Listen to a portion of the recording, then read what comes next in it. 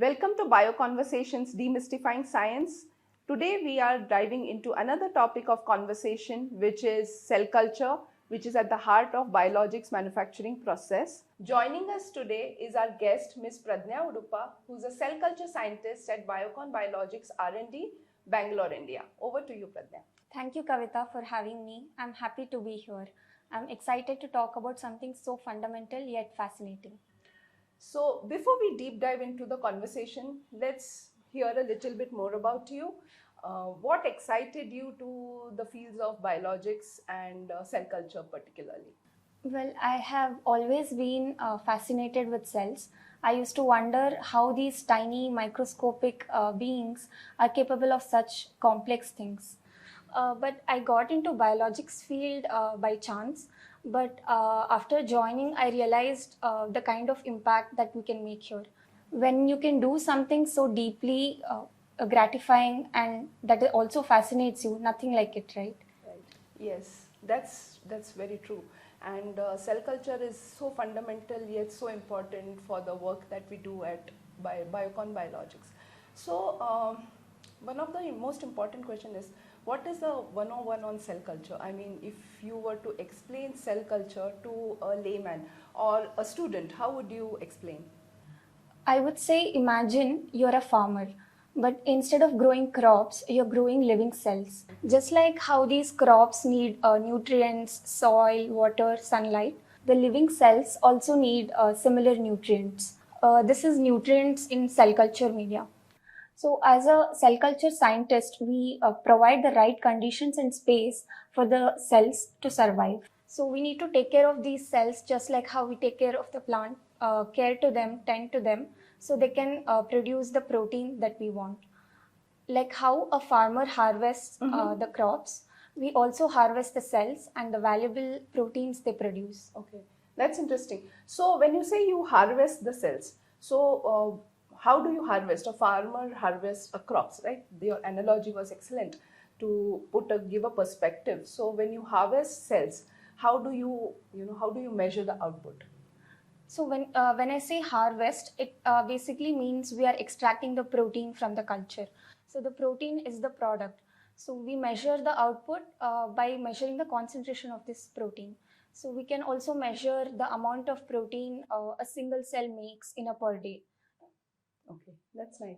So when you are manufacturing the cell, manufacturing your biologics protein, what are the things that you need to keep into mind when you're growing the cells? Say, for example, how do you know what the cells need, and what are the things that the cells need? Since you mentioned that cells is equivalent to food, so what are the cells if you grow them? What kind of food and what kind of things do they need to survive? No, it definitely varies from cell to cell. It could be a common cell culture media, what we call the food for the cell. It usually has vitamins, amino acids, sugars, and salts.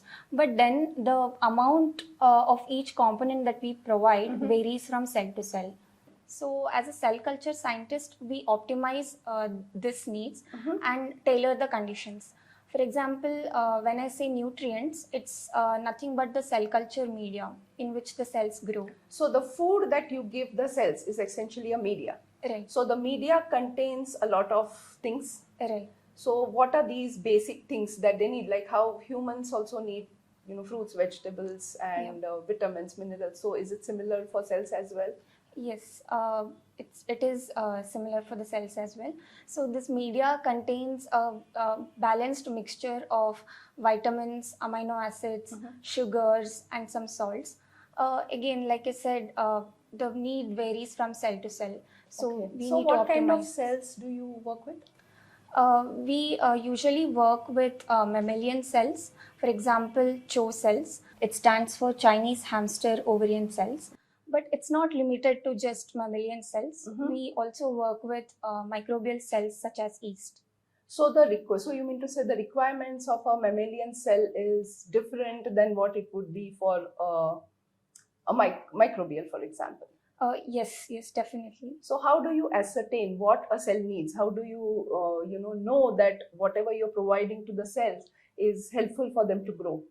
To know that everything is going okay, we monitor the cells for their health. So if the cells are healthy, then everything is going fine. It takes quite a few experiments to see what the cell needs. We observe microscopically, we assess the health of the cells, we measure the nutrients, the rate at which the nutrients are being consumed, the rate at which the cells are multiplying. So we assess all these factors and then determine if we are providing them the right kind of nutrients. So when you assess their growth, so this is all a very continuous process, right? So you also have to ensure that cells grow at a particular rate and for several days. So how many days does it last? The growth, for example, typically. Typically, the cells can grow up to 14 days, provided that you are adding nutrients to them, like periodically. If you do not, then they'll stop multiplying and growing probably in 3 days. Oh, so then you have to continuously track it. Yes. So it's a round the clock job. Yes, essentially. definitely. Yeah, so you have to continuously monitor them and their growth of root and growth. Yeah, that's nice. So when you develop a process in the lab, you're an R&D scientist. So when you develop a process in the lab, are you, and you know, you're talking about scaling up when you take this process into manufacturing. So is the same team involved in doing experimentation at scale as well? How do you work with manufacturing teams to scale up your medications? Yes, definitely. It's a collaborative exercise, but there is also a huge role for cell culture scientists in scale up, because when we develop the process, we ensure that the process is scalable, because it is important that we should be able to produce the protein in commercial quantities. Right. So I'm sure all this is not very easy, and it's not as easy as you make it sound. Say, what are the key hurdles that you face? Have you encountered a situation where the cells stop growing or they don't grow? Yes, cell culture can be unpredictable.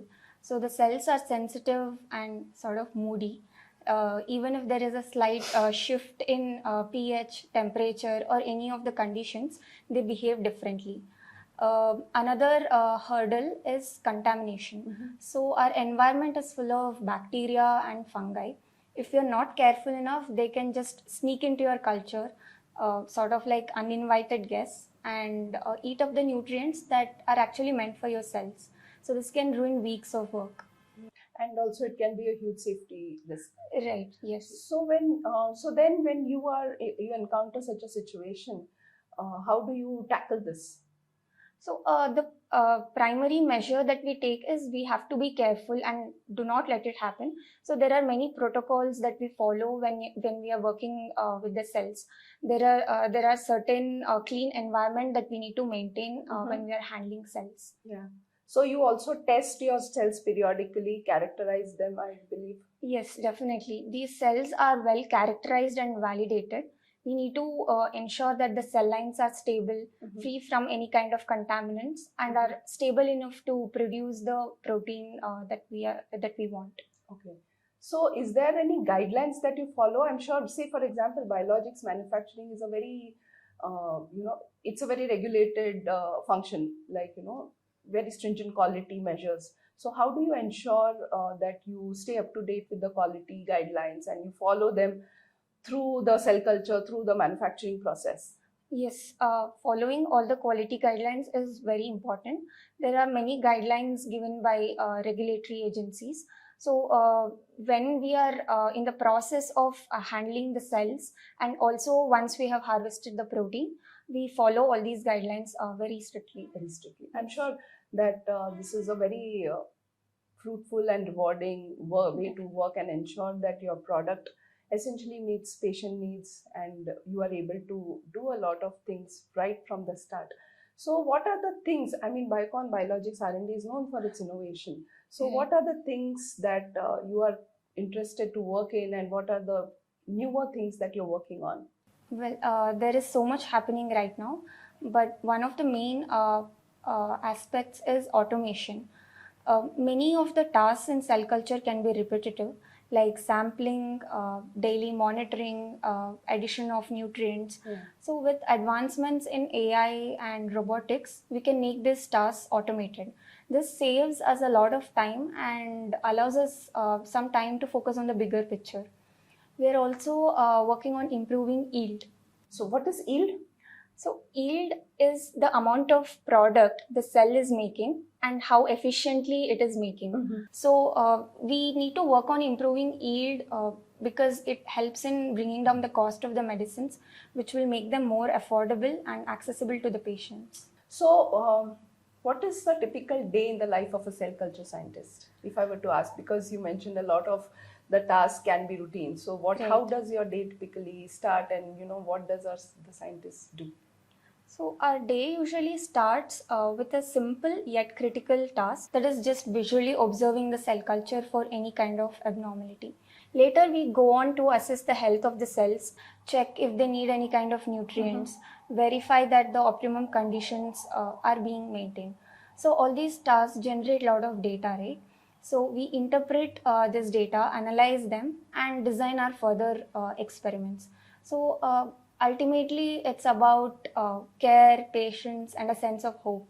Thank you, Prajna, for giving us a lot of insights into what it takes to develop a biological medicine. It is not as easy as just taking it to the market. So it takes a lot of efforts from everybody involved, right from the cell culture scientist, and the contribution is immense. Thank you, Kavita, for having me.